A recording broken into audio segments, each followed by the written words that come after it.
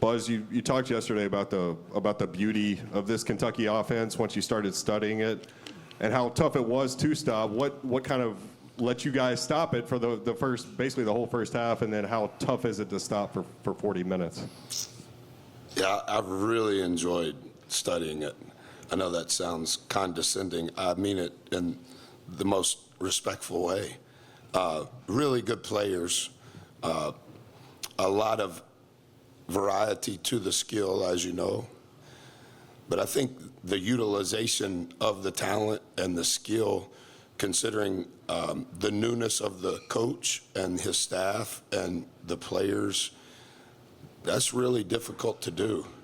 And so I have not seen any of their practices or their film sessions, but the teaching that's going on and the itinerary of the practices, for them to have the execution that they have, remarkable.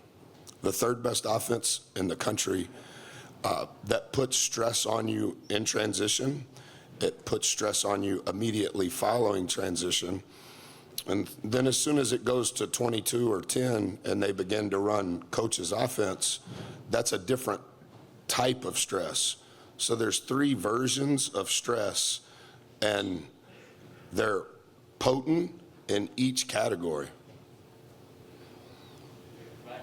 Coach, obviously a big game for Jackson Robinson, here in the back. Big game for Jackson Robinson. He seemed a little extra spirited today from covering him this season. What did you kind of make of his play, first time seeing him in a Kentucky uniform? Yeah, I don't know how to compare other than the games that I've watched. I've always thought he has a great spirit. I guess we've known him since he was a sophomore in high school. Incredible mom, incredible dad. Great story on what his career has unfolded to be. But one of the best players in his class. I know he reclassed, but it's hard for me to compare his spirit. I think he's excited. They're good enough to win the national championship. And so I wouldn't say that 2 was more excited than 1 or 22 or 10 or 2 or 4. Like, I think they play with great spirit.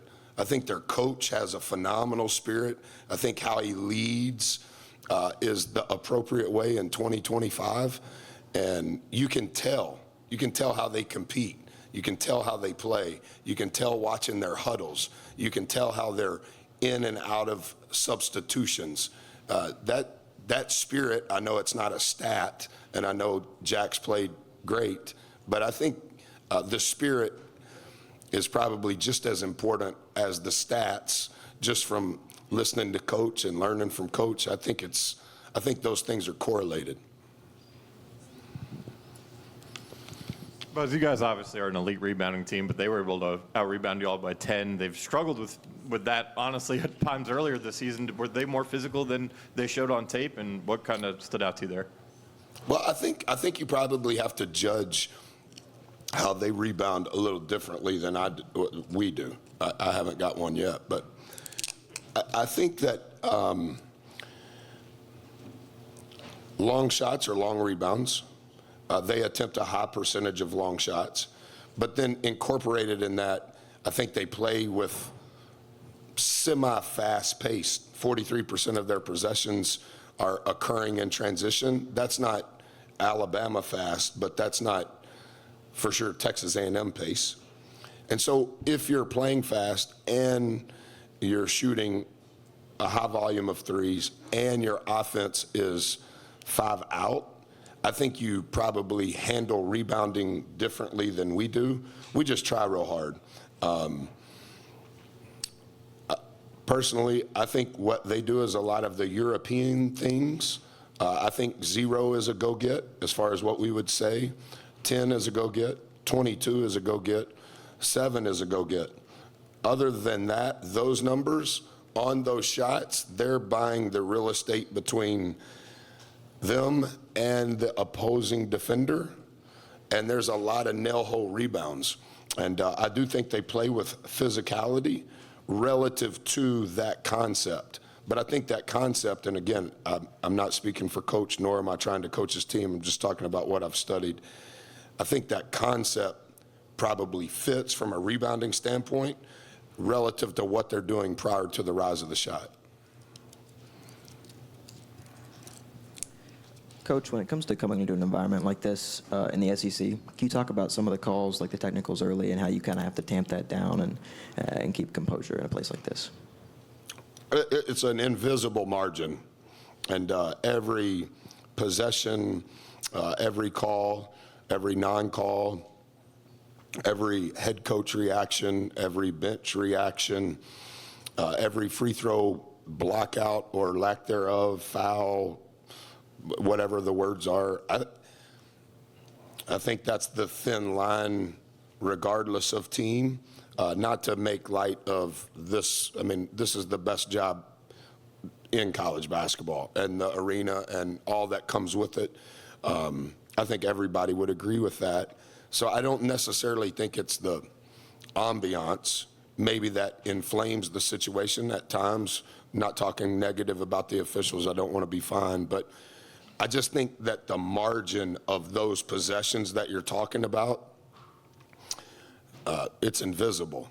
And I also think you're talking about arguably the best league in the country, and the depth of the talent on each league.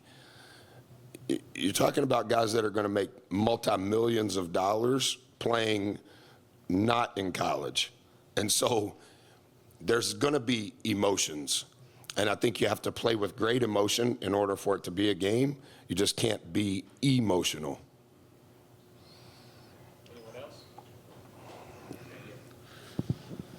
Can you comment on Amari Williams and the job he did on the glass for them tonight? Give me just a second. I don't know their names. I just know their numbers. Oh, I love him. 22? Well, I don't know him. But 29% usage rate as a left-hander at that size, you can Google it probably. There's not one. Not that's playing in college. And his assist rate is higher than anybody on the team other than one. But one is getting his assist primarily, in my opinion, in the first 12 seconds of the clock.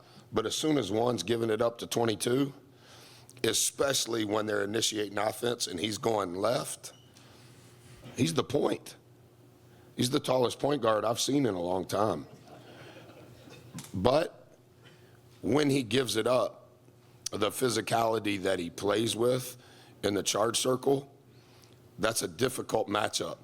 And how are you going to play that offense when it's on the ground? And then your decision on that is why Coach Pope is going to then counter with throwing it into 22. And if you don't do that with 22, he's going to do it with 7. And, yeah, I enjoyed watching all of it, but he is a unique talent in regards to his skill set.